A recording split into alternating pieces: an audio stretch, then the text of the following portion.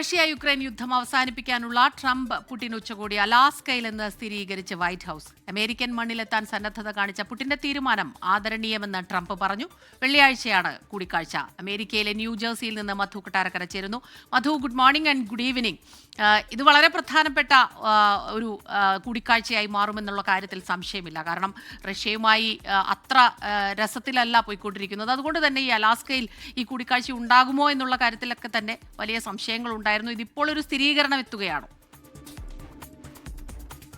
Good morning Smitha. ഇത് സ്ഥിരീകരിച്ചിരിക്കുകയാണ്. വർഷങ്ങൾക്ക് ശേഷമാണ് Russian president Vladimir Putin US president Donald ട്രംപുമായിട്ട് കൂടിക്കാഴ്ച നടക്കുന്നത്. ഈ ഉച്ചകോടിയുടെ സ്ഥലം സംബന്ധിച്ച് തുടക്കത്തിൽ ചില ആശയക്കുഴപ്പങ്ങൾ ഉണ്ടായിരുന്നു.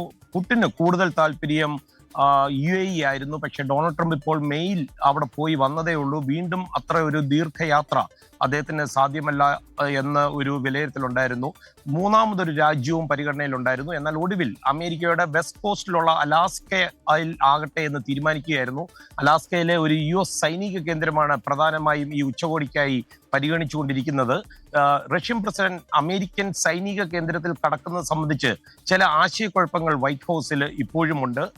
യുക്രൈൻ യുദ്ധം അവസാനിപ്പിക്കുവാനുള്ള ഡൊണാൾഡ് ട്രംപ് വ്ളാദിമിർ പുടിൻ ഉച്ചകോടി അലാസ്കയിലാണെന്ന് എന്നാൽ ഒടുവിൽ വൈറ്റ് ഹൗസ് ഇന്ന് ഉച്ചയ്ക്ക് മാധ്യമങ്ങളോട് സംസാരിക്കവേ സ്ഥിരീകരിക്കുകയും ചെയ്തിട്ടുണ്ട്.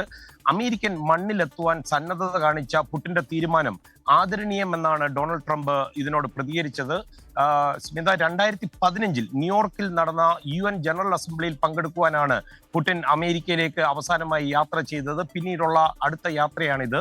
2023 യുദ്ധ കുറ്റക്കേസിൽ, അതായത് യുക്രൈൻ യുദ്ധവുമായി ബന്ധപ്പെട്ടുള്ള കുറ്റക്കേസിൽ പുടിനെതിരെ വാറന്റ് പുറപ്പെടുവിച്ച അന്താരാഷ്ട്ര ക്രിമിനൽ കോടതിയിൽ അമേരിക്ക അംഗമല്ലാത്തതിനാൽ അദ്ദേഹത്തെ അറസ്റ്റ് ചെയ്യുവാനുള്ള ബാധ്യത അമേരിക്ക ഇല്ല. ഇതും വലിയ തോതിൽ അമേരിക്കൻ മാധ്യമങ്ങൾ ചർച്ച ചെയ്യുന്നുണ്ട്. വൈറ്റ് ഹൗസ് യുദ്ധം അവസാനിപ്പിക്കുമെന്നുള്ളൊരു പ്രതീക്ഷ കഴിഞ്ഞ മണിക്കൂറുകളിൽ മനഃപൂർവ്വം താഴ്ത്തിക്കൊണ്ടുവരുന്നുണ്ട്. പ്രസ് സെക്രട്ടറി കാരലിൻ ലെവിറ്റ് പറഞ്ഞത് ഈ യോഗം അതായത് പുടിന് പറയാനുള്ളത് ശ്രദ്ധിച്ച് കേൾക്കുക, അതായത് ഒരു ലിസണിംഗ് എക്സർസൈസ് ആയിരിക്കും ഇത്. എന്നാൽ ഇരു രാജ്യങ്ങളുടെയും ഒരു വലിയ സംഘം അലാസ്കയിലെത്തി ഇതിന്റെ തയ്യാറെടുപ്പുകൾ ആരംഭിച്ചു. സ്മിത, 1867 റഷ്യയിൽ നിന്ന് അമേരിക്ക $7 മില്യൺ വാങ്ങിച്ച സ്ഥലമാണ് അലാസ്ക.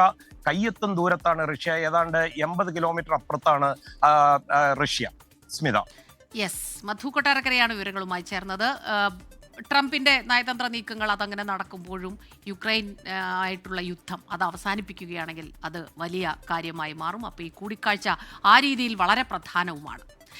ലോകത്തെവിടെയായാലും ഏത് സമയത്തും 24 വാർത്തകളും ഓഗ്മെന്റഡ് റിയാലിറ്റി പാക്കേജുകളും എക്സ്പ്ലെയിനറുകളും വിശദമായി കാണാൻ ഞങ്ങളുടെ YouTube ചാനൽ നിങ്ങൾക്ക് സബ്സ്ക്രൈബ് ചെയ്യാം.